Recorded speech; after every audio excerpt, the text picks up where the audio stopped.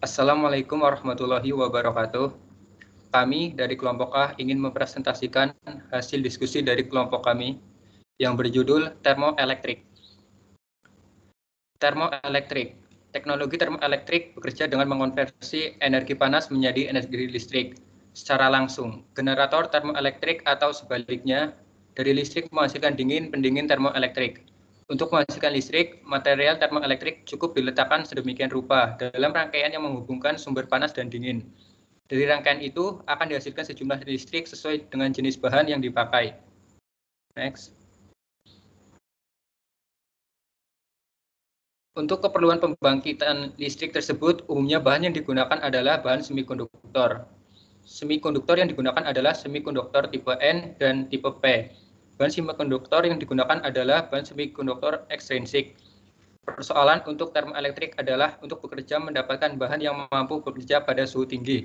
Secara umum, beberapa material pembangkit termoelektrik yang telah diproduksi menggunakan 1. Silikon germanium, 2. Lead telluride, 3. Bismuth telluride alloys. Di bawah adalah contoh gambar sistem linear A. Lalu untuk ketiga, material ini terbagi berdasarkan temperatur kerjanya. 1. Untuk material silikon germanium, temperatur kerja paling tinggi di antara dua material lainnya. Material ini dapat menyerap panas dalam rangka temperatur 750 derajat Celcius sampai 1000 derajat Celcius. Material ini dapat menyerap benda potensial yang lebih tinggi dari material termoelektrik lainnya. Kekurangan dari material ini adalah harganya yang tinggi, sehingga menaikkan ongkos produksinya. Yang kedua, material lead telluride merupakan material dengan temperatur kerja menengah, di bawah material silikon germanium, dan di atas temperatur kerja bismuth telluride alloys. Material ini mempunyai temperatur kerja dengan rentang antara 400 derajat Celcius sampai 650 derajat Celcius.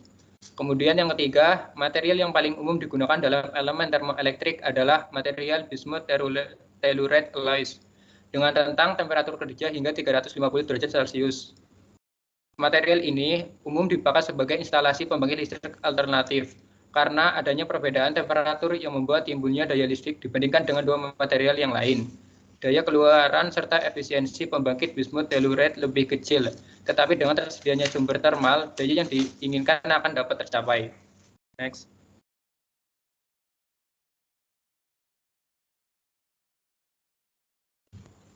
Lalu akan dilanjutkan oleh teman saya. Prinsip kerja dari termoelektrik adalah dengan berdasarkan efek Seebeck, yaitu jika dua buah logam yang berbeda disambungkan salah satu ujungnya, kemudian diberikan suhu yang berbeda pada sambungan, maka terjadi perbedaan tegangan pada ujung yang satu dengan ujung yang lain. Kemudian tegangan yang dihasilkan termoelektrik, generator dapat langsung digunakan untuk menyalakan lampu atau dapat ditransfer ke baterai.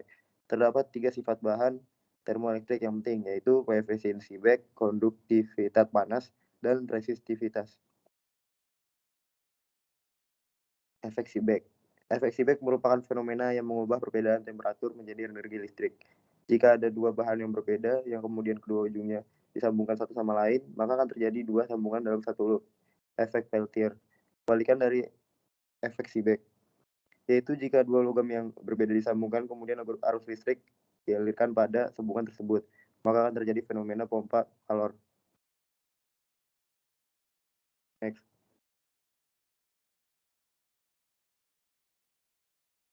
Elemen Peltier. Konsep dasar dari sel Peltier yaitu efek Seebeck dan efek Peltier, di mana sel Peltier ini merupakan bahan semikonduktor yang bertipe P dan tipe N. Semua ikatan zat padat atau bahan padat yang lainnya disebabkan adanya gaya listrik dan tergantung pada jumlah elektron terluar pada struktur atom. Bahan padat yang dimaksud adalah bahan padat seperti isolator, semikonduktor ataupun superkonduktor. Untuk penyusun dari bahan padat terbagi menjadi dua bagian, yaitu bahan padat kristal dan bahan padat amorf molekul. Heatsink. Heatsink adalah material yang dapat menyerap dan mendisipasi panas dari suatu tempat yang bersentuhan dengan sumber panas dan membuangnya. Heatsink digunakan pada beberapa teknologi pendingin seperti refrigerasi, air conditioning, dan radiator pada mobil. Sebuah heatsink dirancang untuk meningkatkan luas kontak permukaan dengan fluida di sekitarnya seperti udara. Selanjutnya akan dilanjutkan oleh teman saya.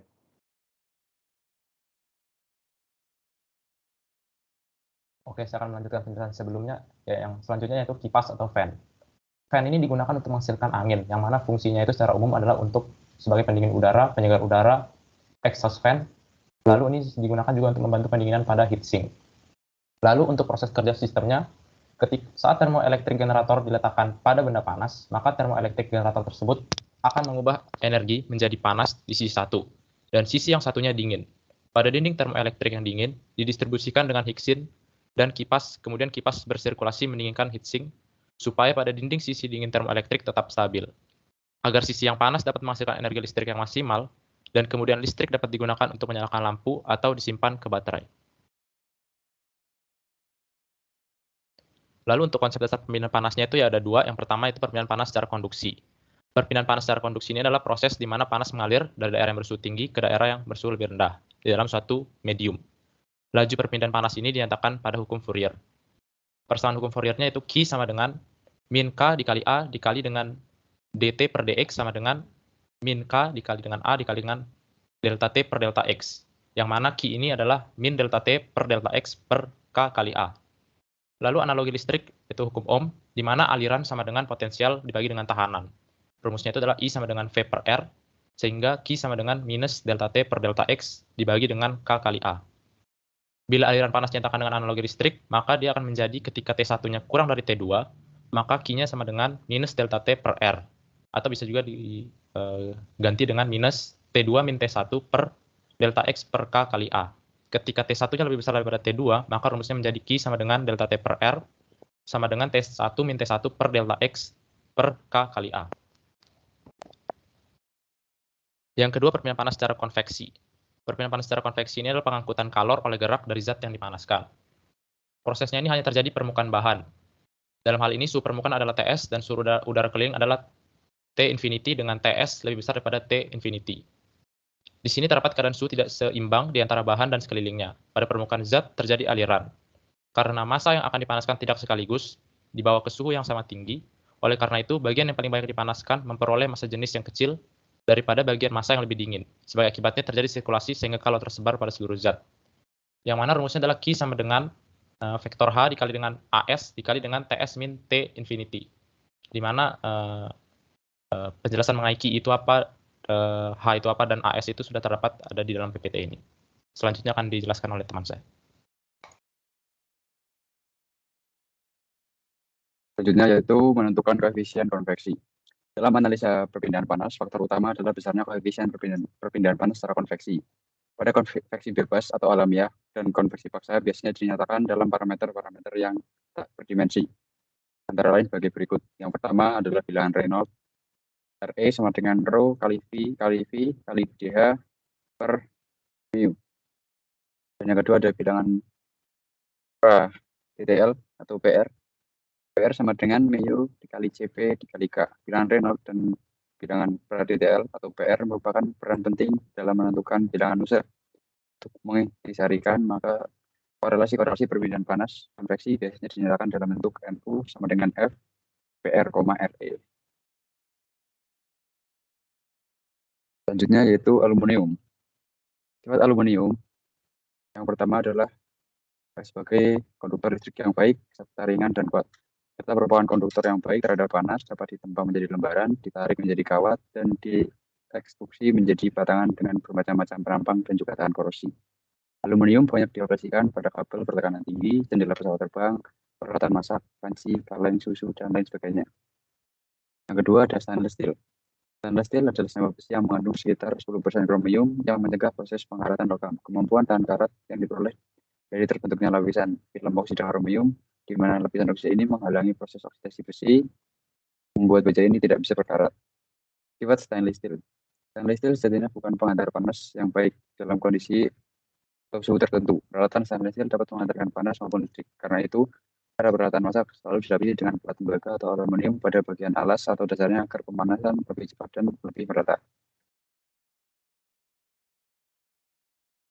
Selanjutnya, konduktivitas termal dan titik lebur dari beberapa bahan. Konduktivitas atau kehantaran termal K adalah suatu besaran intensif bahan yang menunjukkan kemampuan untuk menghantarkan panas. Konduksi termal adalah suatu fenomena transport di mana perbedaan temperatur menyebabkan transfer energi termal dari satu daerah benda panas ke daerah yang sama pada temperatur yang berbeda. Panas yang ditransfer dari satu titik ke titik lain melalui salah satu dari 3 metode, yaitu konduksi, konveksi, dan radiasi. Berikut adalah tabel dari konduktivitas termal.